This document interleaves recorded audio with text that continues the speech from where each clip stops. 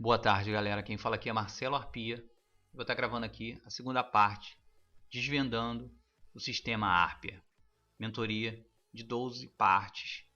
E essa segunda parte vai estar falando sobre o nosso IFR, utilizado dentro das bandas de Bollinger. Bandas essas que eu passei a utilizar por justamente não ter no IFR uma medida dinâmica, porque como o mercado ele é dinâmico, nada fixo no mercado dá certo. Então, se eu tenho ali um período fixo ali, geralmente as pessoas utilizam o IFR, eles põem 80 ali, né, e põem 30 lá embaixo, às vezes 40 lá embaixo, 80 e 90 em cima, e aí e não bate, não chega, e ele fica aguardando e às vezes perde a entrada. O mercado ele é dinâmico. Se você tem medidas fixas, você morre no mercado financeiro. O mercado é dinâmico. Se você tem medidas fixas, você morre no mercado financeiro. Tudo no mercado é dinâmico. Tudo tem que ser recalculado de acordo com o fundo, com o topo, com uma média. Então, se você tem medidas fixas que não se tem como ser dinâmica na sua medida, você morre no mercado financeiro. Você é engolido pelo mercado financeiro. E eu utilizo o IFR dinamicamente. De que forma eu utilizo o IFR dinamicamente? Pelas próprias bandas, que são dinâmicas. De acordo com o IFR, ela vai fazendo o seu movimento. E aí sim, os toques de banda me mostram que o IFR está sobrecomprado dinamicamente. Porque se eu ponho uma fixa, eu não vou estar sabendo se ele realmente está dinamicamente sobrecomprado. Então, esse é o ponto que tem a relevância do... Aqui é bem claro, né? Nós estamos aqui num gráfico brutal, né? Trabalhando em décadas praticamente. E esse gráfico aqui mostra que décadas é um pouco de exagero. Anos, tá? Aqui ele representa anos de movimento. O gráfico ele aqui veio na retração de 76,4 de Fibo. Como que eu sei que essa retração é? Primeiro que a crise sanitária ele mostra aqui uma agressividade nas bandas. As bandas abriram, perdeu, a banda perdeu fundo de banda, perdeu tudo, foi para fora da banda, ou seja, está sobrecomprado. Eu tenho que buscar um ponto de retração. Qual seria o ponto de retração de uma banda, de um IFR sobrecomprado? A perda da banda e mais seu ponto de retração. A gente tem um ponto de retração desse movimento, aonde eu elimino os 11% que é do sistema. Isso será explicado em outras aulas. Está lá a Fibonacci, onde ela bateu, onde o mercado voltou a subir. Um gráfico que trabalhamos em praticamente de anos, né? Então, esse aí foi o movimento que o mercado fez. Depois ele nunca mais veio aqui, voltou a subir e sobe até hoje, fazendo topos mais altos. Certo?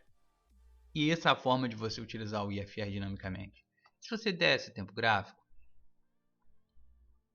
você continua com ele em dinâmico. Olha aqui, dinâmico, ele perdeu banda. Perdeu a banda aqui, perdeu a M200 aqui. É uma forma de você ter uma noção se o mercado ele realmente está sobrecomprado ou sobrevendido. Dentro de uma realidade do mercado e não de uma média, de uma linha fixa. Que o mercado ele não trabalha em cima de uma linha fixa. Ele não vai, se ele tiver sobrecomprado, ter que ir até lá só para cumprir a linha. Ele não vai, ele vai voltar antes. Se ele tiver sobrecomprado antes de 80, se ele tiver sobrecomprado antes da tua pré-julgamento do que você acha que o mercado vai ter que fazer. Aqui não, dinamicamente, aonde ele está sobrecomprado, as bandas vão estar ali mostrando que ele está sobrecomprado, porque elas são dinâmicas. As bandas são dinâmicas. O IFR é dinâmico. Então não tem sentido eu botar uma linha reta sem ser dinâmica para estar controlando isso. Essa é a sacada Arpia desse indicador. Essa é a sacada Arpia desse indicador. E por isso eu tenho êxito com ele, por isso eu tenho grandes operações utilizando ele como apoio da entrada, como uma segunda opinião, um movimento além dos que eu já das meus estudos. Eu tenho mais essa posição e é assim que eu utilizo. Ah, Marcelo, quais são os parâmetros? Básico, padrão. Em outras plataformas, quem utiliza outras plataformas e que comprou a minha mentoria tem que estar fazendo contato comigo, porque em outras plataformas aí não tem como tá te passando esse padrão. Lá você consegue fazer um ajuste mais fino do que esse aqui, mas na Profit não te dá esse direito de fazer ajuste fino, mas serve da mesma forma que as outras, apenas que a outra vai ter um ajuste um pouco mais fino desse dinâmico que o IFR te oferece aqui. Beleza? A média é a média de 21 que eu utilizo lá, é a mesma aqui. Então quando você vê ela lá, você está vendo ela aqui, e você entenda da forma.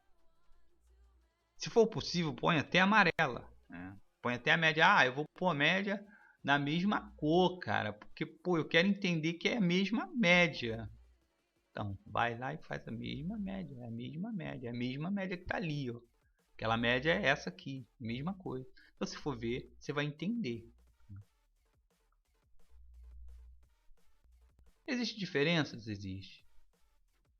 Marcelo, como faz como você descobre as divergências no mercado financeiro de IFR? As divergências no mercado financeiro de IFR é bem simples de você achar.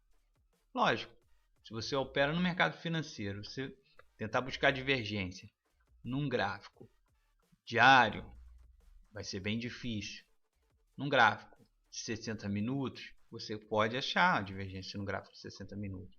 Mas você consegue, com um olhar mais objetivo, a partir dos 15 minutos. Você consegue localizar divergências no gráfico com mais facilidade, de 15 minutos para baixo. E como seria achar uma divergência num gráfico de 15 minutos? Vamos aqui, ó. Aqui tem uma divergência. O que seria uma divergência de um gráfico? Temos um topo, certo? Vou botar aqui para você ver. Isso aqui é um topo. O mercado veio, subiu, fez um topo, certo? Aqui ele aqui. Se você botar uma linha, vai bater cravada, ó. É o mesmo topo do IFR de baixo, certo? Beleza? Mercado caiu, mercado caiu. Mercado subiu, mercado subiu. O mercado fez um topo no IFR. Fez um topo no IFR. Voltou a cair. Mas olha a diferença. Olha como foi os topos do IFR. Esse topo alto, esse topo bem mais baixo, esse topo bem mais baixo. E aqui, como é que foi aqui? Me diz aí. Como é que foi aqui a diferença dos topos aqui? Dos três topos. Aqui são três topos, tá? Ó, esse topo mais baixo, igual. Esse topo mais baixo, lá em cima, igual. Esse topo mais alto de todos. Beleza, confere. O segundo topo igual ao topo anterior, mas aqui no IFR ele é praticamente uma retração de Fibo.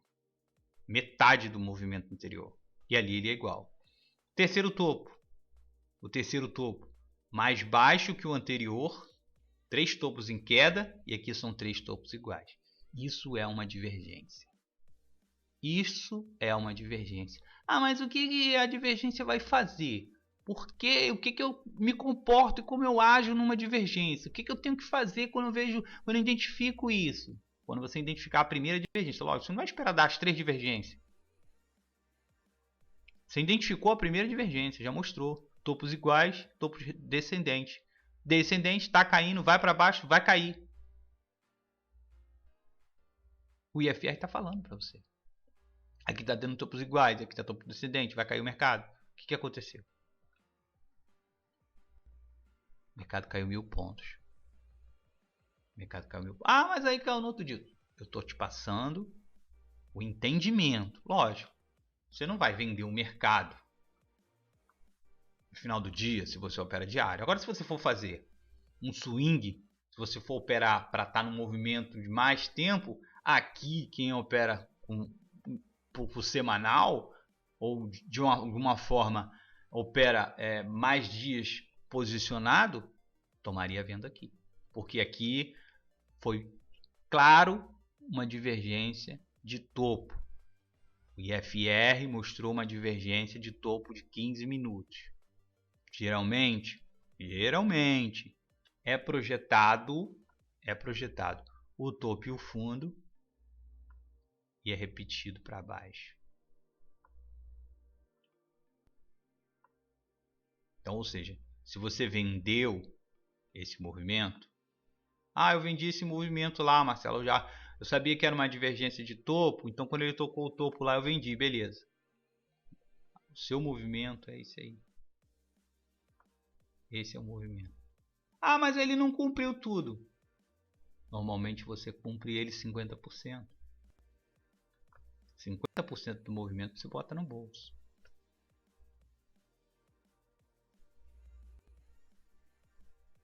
Ou seja, 116.850 seria um ponto de saída. Eu ganhei dinheiro? 1.330 pontos. Apenas dormiu vendido. No outro dia esperou 4 barras de 15 minutos e abandonou o mercado. Ou esperou o mercado fazer o ponto final ali do 16.620 e abandonou o mercado. Apenas acompanhando as divergências de IFR. Isso é operar divergência de IFR. Isso é tomar posição de divergência de IFR. As melhores posições de divergência de IFR são em pontos onde o mercado está no seu final de pregão. Geralmente as melhores divergências são essas. Porque o mercado ele já não tem mais volume, não cumpre mais as necessidades que ele quer. Por exemplo, o mercado tinha uma necessidade de ganhar esse topo, já que ele não fazia topos mais baixos. Faziam topos iguais tentando romper, mas não tinha volume, porque o IFR mostrava que ele já tinha uma divergência. Então isso geralmente acontece sempre no final de um pregão. E quem dorme comprado tem uma experiência brutal nesse tipo de análise, sempre pega esse movimento. E são excelentes movimentos, né? Porque são movimentos que você... se, por exemplo, o mercado abre ali com gap, te estopa, você está fora. O mercado já abriu com gap brutal, já te entregou 1.000 pontos logo na abertura e você já está bem cômodo no mercado. Você pode, se o mercado continuasse caindo aí, você teria uma comodidade brutal de permanecer o dia todo comprado ou permanecer o dia todo vendido sem nenhum estresse. Mas partindo do princípio que o mercado, você tem uma medida simétrica do mercado e você respeita ela, você põe no bolso aquilo que é de direito seu, do movimento que é permitido. E foi o que aconteceu aí. Então, esse tipo de indicador utilizado pelos ARPIAs, ele é utilizado dinamicamente desta forma, com as médias, com a média de 21 período e com as bandas de Bollinger para a sua marcação de sobrecomprado e sobrevendido ser dinâmica, assim como o próprio indicador. Valeu, gente. Esse indicador, além desse tipo de situação, porque ele não é só, você não tem só esse tipo de atitude a tomar nesse tipo de indicador aqui. Ele, além de ser um indicador dinâmico, além de ele ter o sobrecomprado e sobrevendido, em marcar uma média para te dar a direção do mercado, ele te permite a utilizar a ferramenta de Fibonacci para fazer certas medidas em seus movimentos.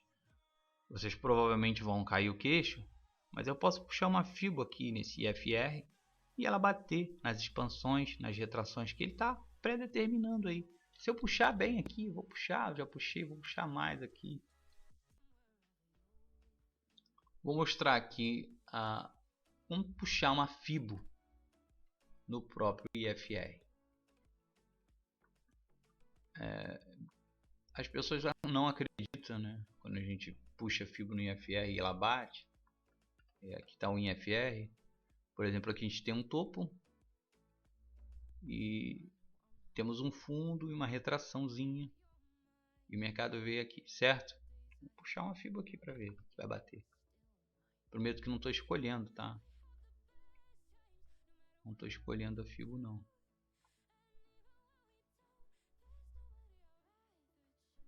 Aí.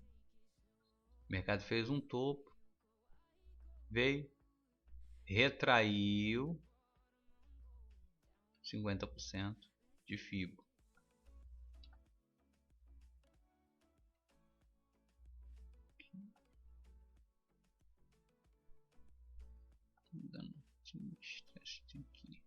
Assim. Ficou bem claro aqui agora para vocês entenderem. Eliminei 11% aqui. Coloquei direto, sem eliminação. O mercado veio, retraiu no 7,6. Cravou no 7,6. Ah, Marcelo, mas ali não é 7,6. É uma outra explicação que eu vou dar em outro curso. Mas aqui eu vou mostrar para vocês. É simplesmente porque a Fibo está de cabeça para baixo. Isso não importa para quem traça a Fibo. Para não ficar toda hora virando ela. Para justamente bater o 7,6. O cara entende que é a mesma medida.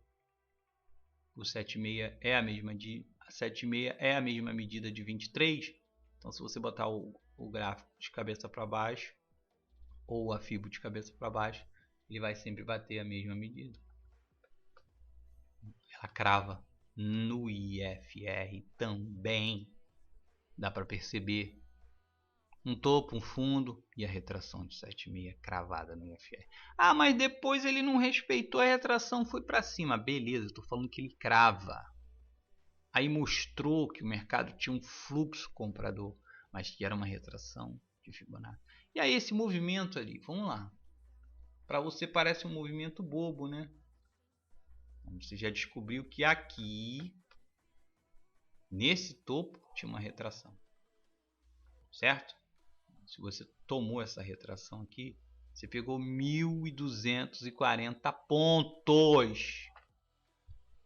Você bateu a meta pelo próprio IFR. Você não estava olhando o gráfico. Tomou posição pelo IFR. Então isso que eu quero dizer. O IFR ele é dinâmico. Da mesma forma que o gráfico é dinâmico. Se você utilizar ele todo dinâmico, você consegue se dar bem. Está explicado sobre o IFR? Tem dúvidas sobre o IFR? Tem dúvidas de como traça um Fibonacci no IFR? Vou traçar mais um Fibo aqui. Para desencargo. Esse fundo para esse topo, para essa retração.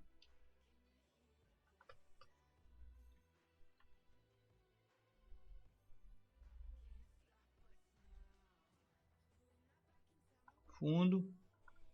Vou eliminar o pavio, não. Vou eliminar o pavio embaixo. Porque a gente tem que buscar a confluência. Teve confluência de quê? Média de 21, 50% de Fibonacci. Se você inverter o Fibonacci aqui, você vai ver a expansão. Aí você já está preocupado na expansão do Fibonacci. Expansão que o Fibonacci vai te dar. O que está faltando na expansão? Está faltando um nível aqui. Por isso que ele não está ali. Deu para entender? Ah, não está batendo cravado. Com certeza, porque o Fibonacci ele vai ter um paviozinho aqui, ó. Tem um movimentinho aqui que eu devo estar pecando aqui, ó, que eu devo estar errando aqui, tá vendo? Mas aí, cravou lá no 238. Estou operando gráfico. Eu estou utilizando o gráfico está empurrado, esmagado lá para cima. Estou trabalhando em cima do IFR. Vamos ver o gráfico? Vamos supor que se eu tivesse tomado essa posição pelo IFR no gráfico, vamos analisar o gráfico agora.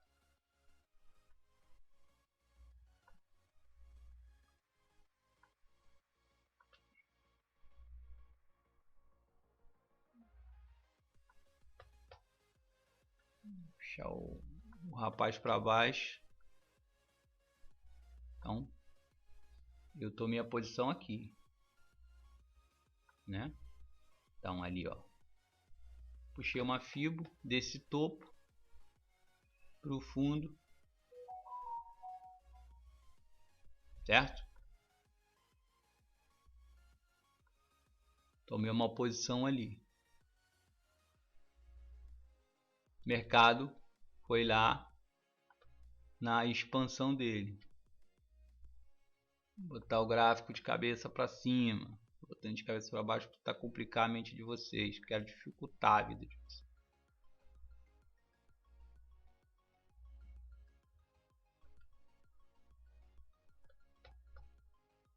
%50 de FIBO,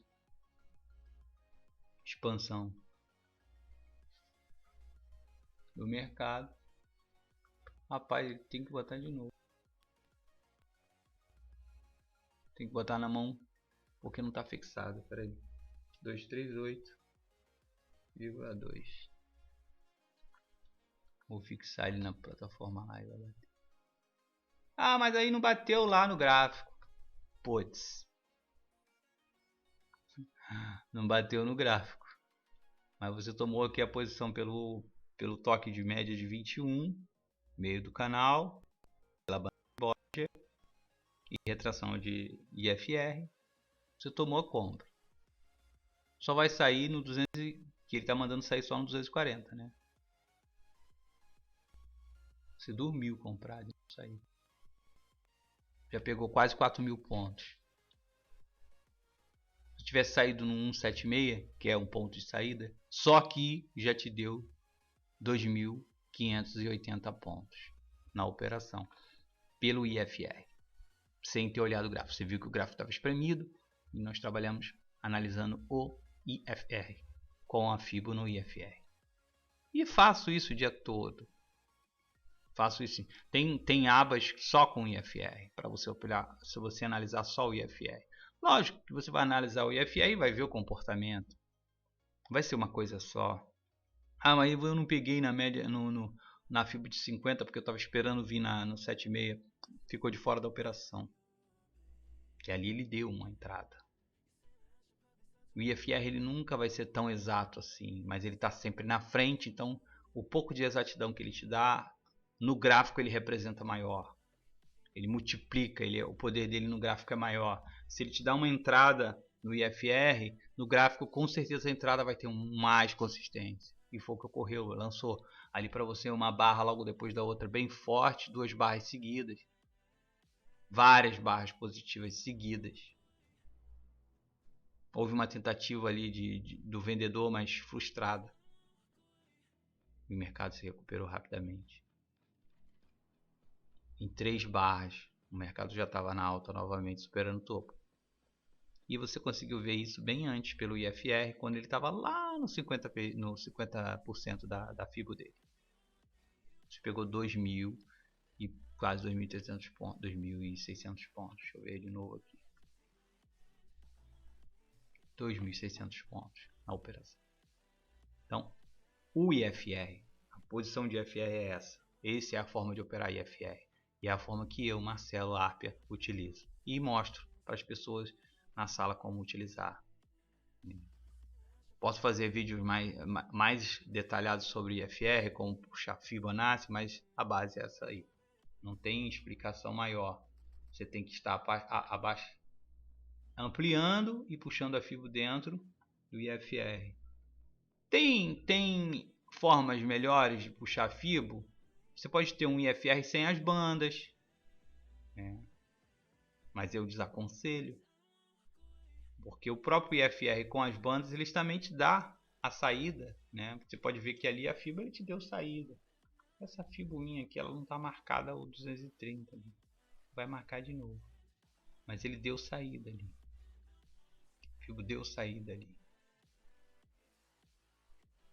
Vou marcar para na próxima aula eu vou marcar aqui para quando eu puxar a fibra ela ficar. Vou botar manualmente para que vocês não tenham dúvida do que eu estou falando. Para não gerar dúvida na cabeça de vocês. É somente porque ela não está fixada e toda vez que eu for abrir a fibra, vou ter que fixar manualmente até que ela fique fixa lá. E aqui eu vou botar e aqui eu vou eliminar o pavio. E ali, dá uma eliminadinha ali.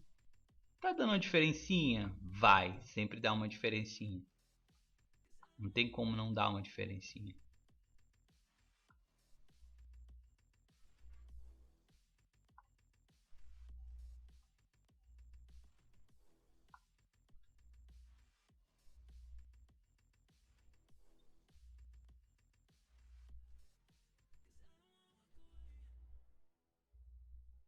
A média de 21 períodos é fundamental nas análises de Fibonacci.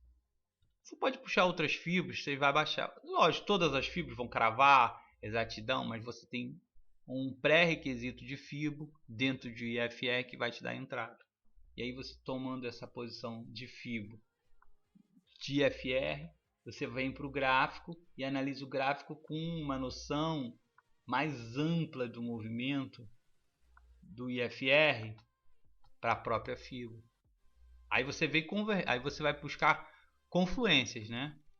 Aqui tinha uma confluência de entrada, aqui tinha confluência de entrada. Estou dando exemplos, tá? Não é o caso daqui, que essa confluência veio depois, no outro dia, mas é só para que vocês consigam entender sobre confluência. Provavelmente no dia a plataforma marcou uma confluência aqui. É porque é que a minha plataforma eu marco ela daqui. Isso aqui vai ser outra aula. Se eu botar aqui para não marcar só o dia, ela vai marcar todos os dias. Tá vendo? Ela vai marcar todos os dias. E eu não gosto porque acho que fica meio poluído.